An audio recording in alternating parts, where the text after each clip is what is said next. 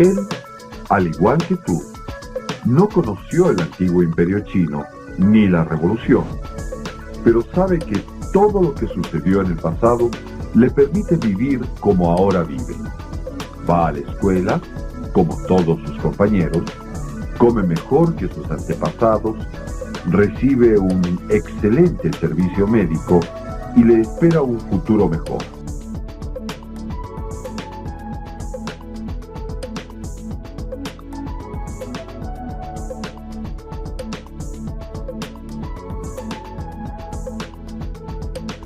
Esto sucede en México.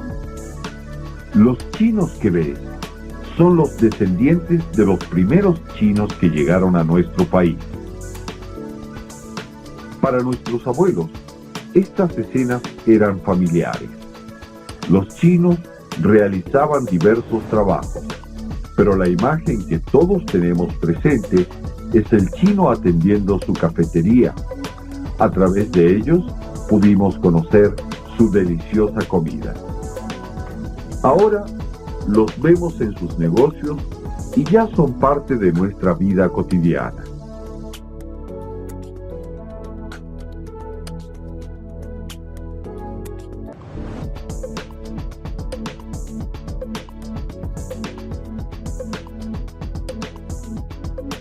China es el tercer país del mundo por su extensión, después de Rusia y Canadá.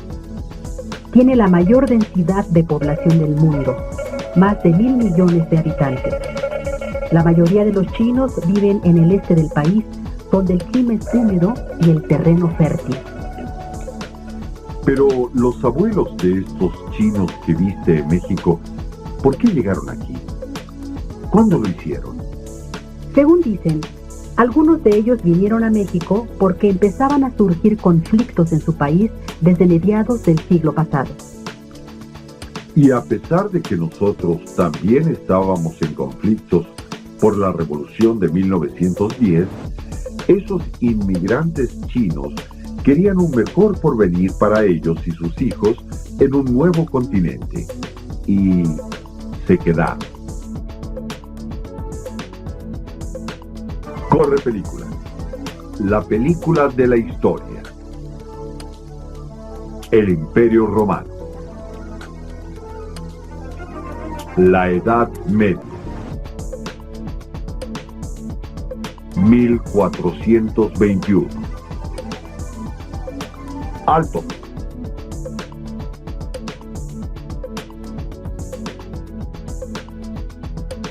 Antes de situarnos en la época que nos corresponde estudiar, veamos cuándo fue construida la Casa Imperial, donde vivió la dinastía china y en la cual se desarrollaron innumerables momentos de la historia del pueblo chino.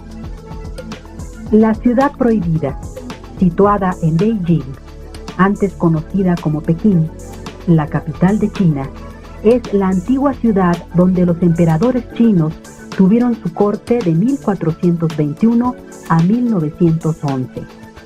Se le llamó así porque solo una minoría tenía acceso a ella. Ahora avancemos hasta el siglo XIX, para ser precisos, 1850, durante el reinado de la dinastía extranjera Qing. ¿Por qué extranjera? Pues porque la dinastía Qing era de origen manchú, es decir, de la región de Manchuria, que en aquel entonces no formaba parte de la nación china. La corte se había encerrado totalmente, aislándose de la sociedad, mientras el país se encontraba empobrecido y en manos de una burocracia corrupta. Este periodo se caracteriza por innumerables luchas internas, producto de una insatisfacción ante el imperio de origen manchú y el gran deseo del pueblo por volver a una dinastía de origen chino.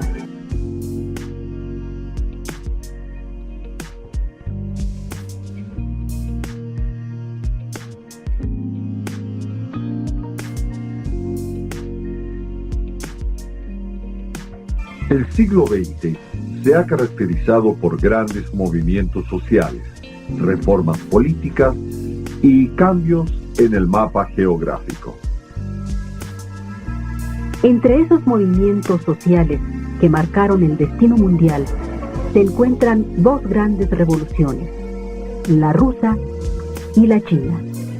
China entra al siglo XX todavía como una nación en pleno feudalismo, en la que todavía existían señores terratenientes y campesinos explotados. El dragón asiático, como se le llama a China, se despierta y se lanza al derrocamiento de la dinastía Manchú. Veamos cómo sucedió esto. La dinastía extranjera Qing ocupaba el poder desde 1644.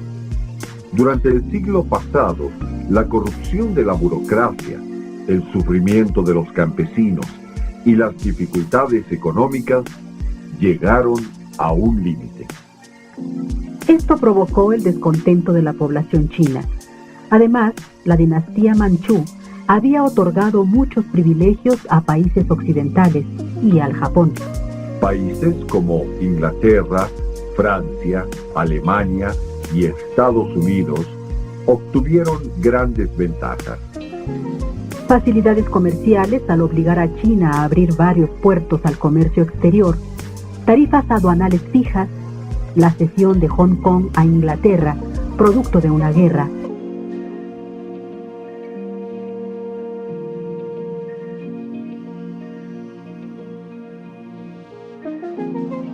La entrada de misioneros protestantes y católicos para evangelizar a un país con una cultura y religión diferentes, y finalmente la legalización del tráfico del opio, aceleraron la decadencia del Imperio Manchú. El pretexto para que se desencadenara una guerra con Japón fue Corea, donde desde 1876 China y Japón se disputaban su dominio. China perdió y tuvo que reconocer la independencia de Corea, ceder a Japón la isla de Formosa y autorizar a este país la instalación en territorio chino de industrias propias. La catastrófica derrota con Japón fue especialmente humillante para China, por venir de una potencia asiática. Todos estos factores provocaron el nacimiento de la conciencia nacional china. Expulsar a los manchúes, a las potencias occidentales y al Japón eran un deber nacional. El atraso tecnológico en que se encontraba China hizo que el gobierno imperial mandara a algunos jóvenes al extranjero para continuar sus estudios. Esto fue un intento desesperado por modernizar al país. Pero esos jóvenes, al volver de Europa o América, empezaron a hacer algunas propuestas de reforma. Querían modificar las estructuras sociales, aspecto que fue rechazado totalmente por la dinastía Manchú, pues veía amenazados sus privilegios. Es en este periodo que aparece en escena un hombre que habría de ser fundamental para la liberación del pueblo chino de la monarquía, el doctor Sun Yat-sen. Sun Yat-sen se había educado en el extranjero y había entrado en contacto con las ideas de democracia, reforma económica y nacionalismo que deseaba poner en práctica lo más pronto posible. Pone su centro de operaciones revolucionarias en Japón. Su programa de acción consiste en la eliminación de los manchús y la instauración de la República China. Para lograr sus objetivos, Sun Yat-sen funda el Partido del Pueblo o Kuomintang. Sus principios eran nacionalismo, democracia y bienestar del pueblo.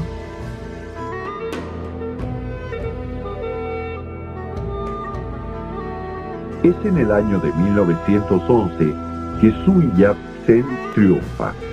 Es electo presidente provisional y forma su gobierno en la ciudad de Nankín. Con esto se da fin al sistema absolutista de la dinastía extranjera manchú. La revolución de 1911 fue solo un proceso inconcluso. Acabó con la monarquía manchú, pero no con los conflictos internos y sociales. Este movimiento preparó, sin embargo, el terreno para la otra revolución que aún estaba por llegar, la revolución comunista.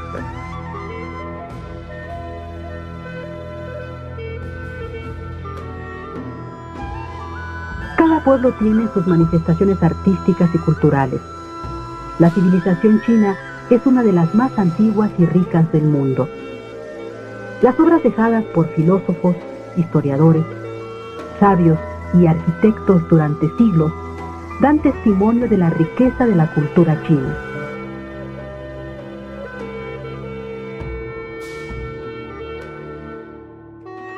Recordemos que en México, a mediados del siglo pasado, también nos quisieron imponer un gobernante extranjero. La acción decidida de Benito Juárez y el pueblo mexicano nos liberó de caer en manos de un imperio europeo. La invasión despertó un sentimiento nacionalista entre nuestros antepasados para afirmar nuestra soberanía nacional. Precisamente fue lo que hicieron los chinos. Primero tuvieron que unirse y reivindicar sus valores nacionales para acabar con la dinastía extranjera que los mantenía en la pobreza y en el atraso tecnológico. Formaron un solo bloque nacionalista comandado por un líder, Sun Yat-sen.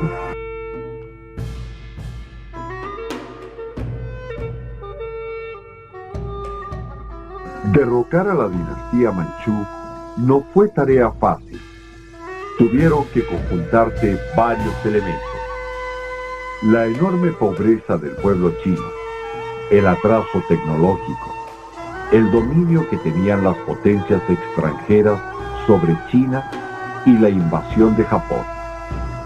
Esto traería como consecuencia el surgimiento del nacionalismo, es decir, la afirmación de los valores nacionales como el único medio para luchar contra la influencia extranjera. Posteriormente, se dio la caída del imperio y la instauración de la República en 1911, encabezada por Sun Yat-sen. Ahora sabes de dónde vienen los chinos que vemos en nuestro país y ya conoces parte de su historia. Esos chinos, como tú, también tienen todo un pasado que contar.